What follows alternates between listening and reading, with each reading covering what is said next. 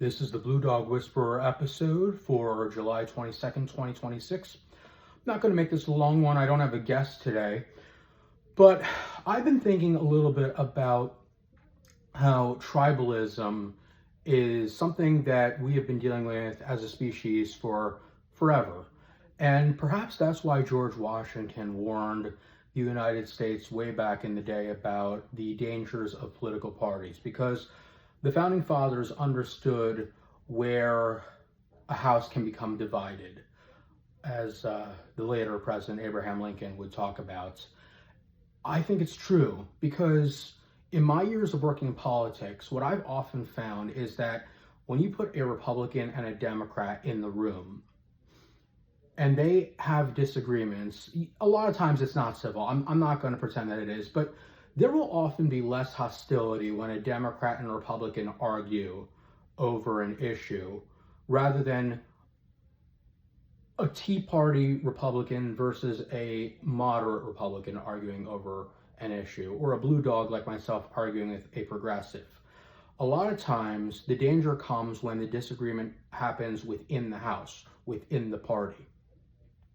So maybe that's what George Washington was warning us about. I'm not sure. He's not available for comment. He has not returned my calls, but it got me thinking about how everyone seems to think that politics has become so tribal lately. And I'm like, it has, but that's a human aspect. That's an animal instinct or an animal aspect. It just happened that we have politics in the human world, whereas other animals, to my knowledge, I'm not sure they have politics. They certainly have popularity contests. I mean, every bee in the colony wants to be near the queen bee or a pack of wolves. You know, it's the same mentality as far as popularity, but political issues are just completely different. And when I hear people talk about how an unevolved person is acting like an animal, I'm not sure that acting like an animal at this point is such a bad thing when you think about it, because I think that humans, without being a downer, I think sometimes we are the most vicious beings that ever walked the face of the earth, and I say this is one of those vicious beings. I can't recall the last time a bear tried to ruin my house because he wanted to make room for a tea party with Winnie and the other bears. I don't remember that. I don't remember a dog trying to start a fight with me because I stepped on his bone. I mean, we are really mean as human beings. And when we have the animal instincts as well as the intelligence that humanity provides us, that can sometimes be an asset to the world, but can also be our worst nightmare. And I wrote an article back in September in the Philadelphia Inquirer. It was an op-ed or a letter to the editor where I said that politics was not the cause of this. It was merely a symptom or a way to express outrage, tribalism, anger. You know, I said last week when I filled in on my very good friend Gene Folks' podcast, Folks Unfettered, that unfortunately you could take politics out of the equation and humans would still have all this anger and resentment and rage inside of them.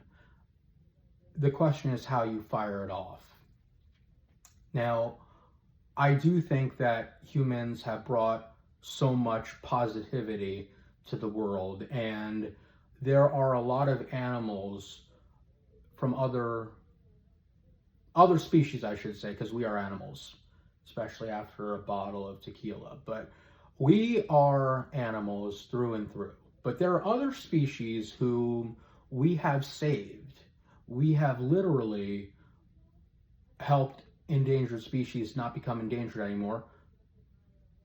But at the same time, we've also done a lot of harm.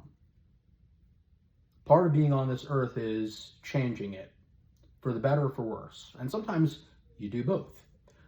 There are a lot of people who are horrible people on a personal level who have done a lot of damage to others while also improving society, improving the world. You can look to Congress for that. You can look to our inventors, Henry Ford. You can look to Thomas Edison, even, innovative pilots like Charles Lindbergh, very terrible people from a personal level.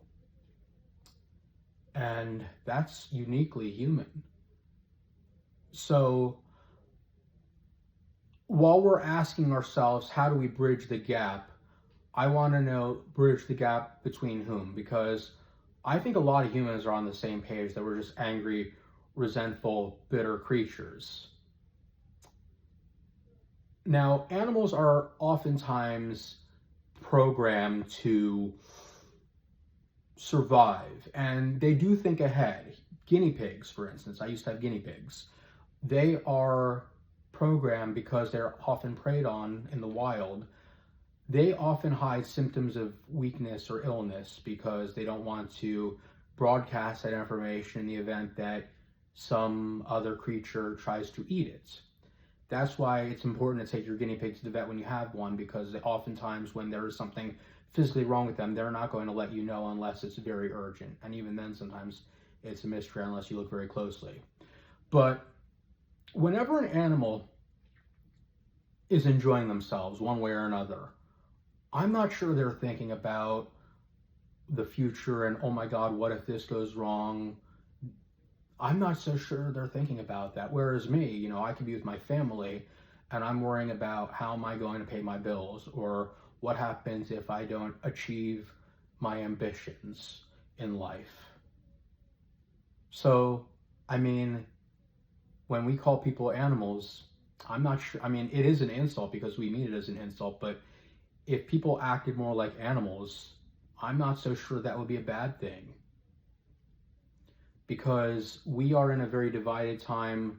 I can't even say as a world, because I don't really see dogs fighting against each other like this. I don't see guinea pigs and bunnies fighting because one set of species has a Playboy icon named after them and the other one doesn't. I don't see any of that. I just see, sometimes there may be confrontation, but I just see more love than anything else. Whereas, people are just so angry at each other all the time now, and we can't get along. So, would we be better if animals were more like people, or if people were more like animals?